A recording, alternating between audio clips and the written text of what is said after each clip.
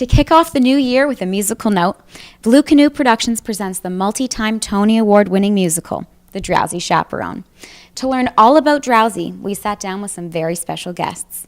Bob Martin, the creator of the show, and Aubrey Dan, the producer who brought story to stage, are here in Kingston for opening night. And Queen's TV News has got it covered. But first, we sat down with Kelsey Jacobson, the director of The Drowsy Chaperone. Kelsey, as director of The Drowsy Chaperone, can you give us a quick summary of the show? Yeah, sure. So it centers on this man who lives alone in his apartment. He doesn't really like other people, sort of lives by himself. And his one sort of solace or joy in life is his record collection. So he puts on one of the musicals on record, and it's this 1928 musical, and it's hilarious and offensive and makes no sense, and it's just sort of a fun show, and it comes to life inside his apartment. So it's a show within a show. So what do you love most about The Drowsy Chaperone? Is it the comedy, the characters, the music? Why should people come and see Drowsy? It kind of asks the audience to think about why we go to theater and why we love this form of storytelling. It also has humor on two different levels, so if you love musicals, it's great for you. If you hate musicals, it's also great for you. It works for both audiences. I am here with Aubrey Dan, president of Dan Cap Productions, which opened The Drowsy Chaperone in Toronto and launched the North American tour, as well as Bob Martin, who starred as the original Man in Chair on Broadway and co-wrote the book of the musical.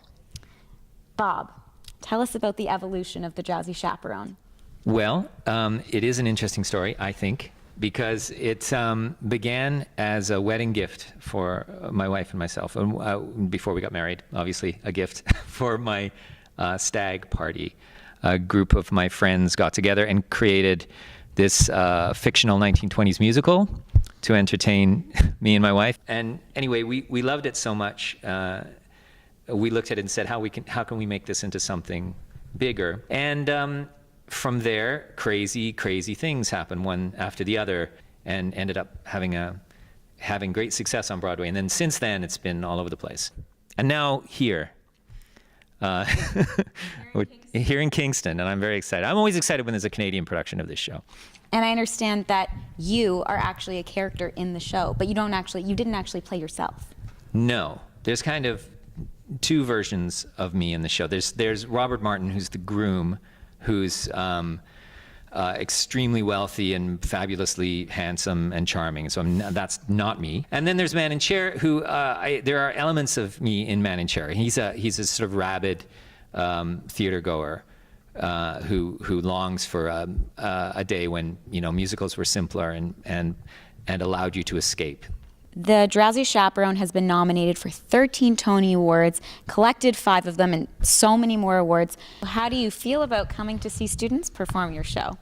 The show, there's a sort of great spectrum of emotion in the show, and various kinds of comedy, very broad and then very small. So it's, I love seeing people interpret it. So that's the thing I'm most excited about, I guess. I like seeing tap dancing too. So that'll be fun. What about you? What do you look for? Me? The interpretation of what will be done, the singing, the dancing, and more importantly, is how is it all going to be presented on stage? The heart of these actors giving their 150%, and it's that reception. What I love the most about live theater, it's that chemistry, the energy that exchanges between the actors on stage and the audience. And that's what makes live theater unique, the energy exchange, because the more the actors give and the more that the audience gives back, that is when you know you have a great show. One of the leading characters in The Drowsy Chaperone is Janet Vandergraff, played by Queen student Hannah May. Hannah, tell us a little bit about Janet. She's quite manipulative and kind of sneaky. Genuinely, she's just a good girl, a nice girl who just kind of likes the spotlight maybe a little too much. She's very dramatic, very, very emotional, and kind of just a little bit of a show-off. But now she's giving up her career to marry a rich oil heir tycoon, and you can tell she doesn't exactly really want to give up the spotlight altogether, and she's afraid of moving back in the shadows. And what about the history of Janet Vandergraff? How did that character come to be?